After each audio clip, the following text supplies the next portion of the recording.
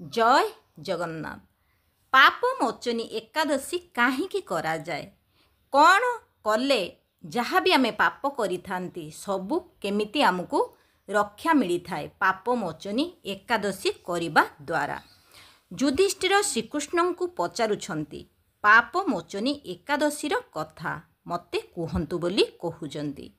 श्रीकृष्ण युधिष्ठिर को कहउचंती चैत्र मासर कृष्ण पक्षरे जेउ एकादशी व्रत पालन करा जाए ताकू पाप मोचनी एकादशी कुहा जाए। पाप नष्ट सहित जहाँ भी पाप करिथांती पाप नष्ट सहित अष्ट सिद्धि को भी प्राप्त करिथांती। लोमेश ऋषि द्वारा पौराणिक कथा अनुसारे अनेक वर्ष पूर्व कथा कुबेरंक पाखरे चैत्र रथ नामक गोटे सुंदर उपवन थिला।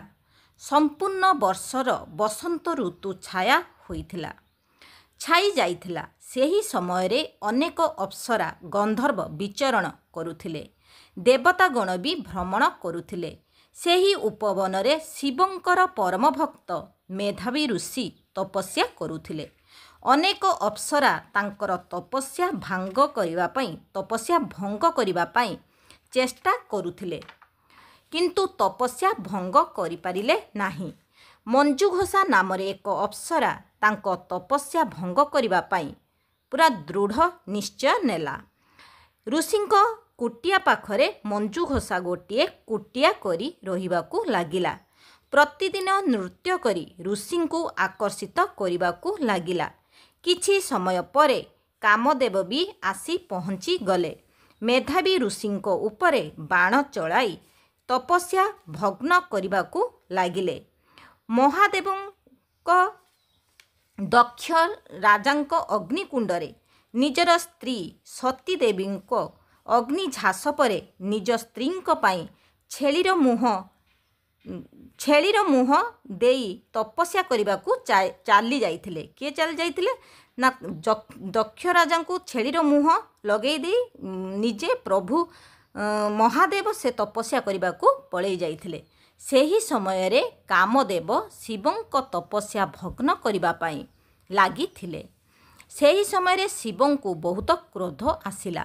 महादेव तांकर तृतीय नेत्र द्वारा कामदेवंकू भस्म करि देइथिले। कामदेवर शरीर नष्ट होई जाइथिला किंतु अस्तित्व थिला। कामदेव सेथिपाई चिंता कला मेधावी ऋषिंकर तपस्या को भग्न केमिति करिवो। कामदेव ऋषिंक शरीर भितर को प्रवेश करिगले। कामदेव ऋषिंक शरीर को प्रवेश कला परे ऋषि बहुत सुंदर देखागले। मंजुघोषा अप्सरा तांकर निकटतर होइगले। से जेतेबेले सुंदर देखागले से कामदेव जेतेबेले तांको भितर को प्रवेश कले शरीर भितर प्रवेश कले से सेतेबेले सुंदर देखागले। मंजुघोषा अप्सरा तांको निकटतर होइगले। मेधावी ऋषि कामदेवर बाणरे पराजित होइगले। मेधावी ऋषि तांकर तप भांगीगला। तपस्यार रहिथिबा ऋषिंकर तपस्या भांगीगला।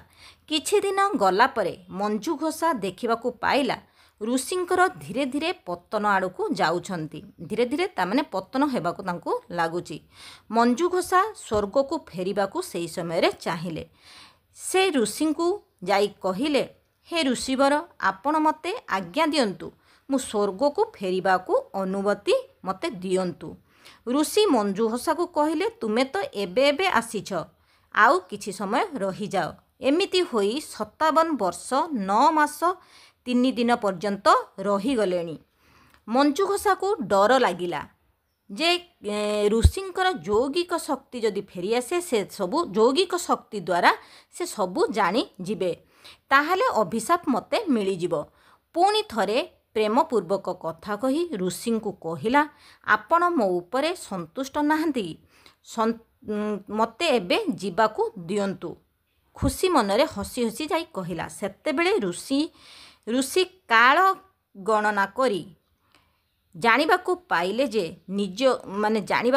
जे तांकर तपस्या भग्न हो जाइछि। निज उपरे पश्चाताप कले आउ अश्रु बहाइले। क्रोधपूर्ण होई तुमे मोर से अप्सरा को कहले तुमे मोर 57 वर्ष बेकार करदेल तुमे मो सह पिशाचिनी भली व्यवहार कल कही से अभिशाप देले ऋषि अभिशाप देले तुमे पिशाच जोनी को जाओ कहा देले ना से अप्सरा को ऋषि को गोड़ तले अप्सरा पड़ी क्षमा मागिले ऋषि कहले मु ए अभिशाप तो फेरई पारिबी नाही मोर तप शक्तिर विनाश कर देइछ जदि तुमे चैत्र मासर कृष्ण पक्षर एकादशी व्रत पालन करिब पाप मोचन एकादशी को निष्ठार सहित करिले तुमे पिशाच जोनिरु मुक्त हेई पारिब तापरे ऋषि निजे मन दुख सहकारे तांको पितांको पाखको जाई सबु कथा कहिले मेधावी ऋषि तांको बापा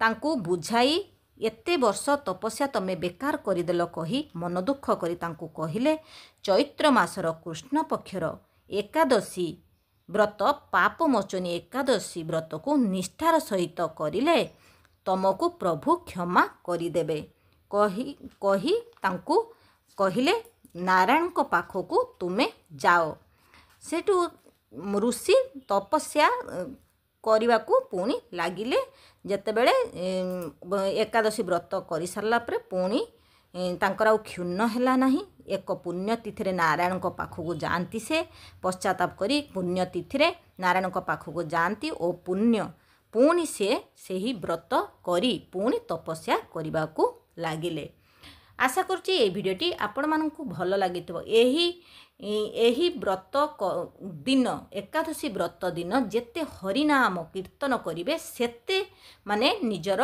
उन्नति होइथाए अन्य कोनोसी कथारे मुंड पुरेबा उचित नुहे निज घर कथा रे भी मुंड पुरेबा उचित नुहे निजे भल कर्म करी ठाकुरों को पूजा करी ठाकुरों नाम कीर्तन करंतु जय जगन्नाथ।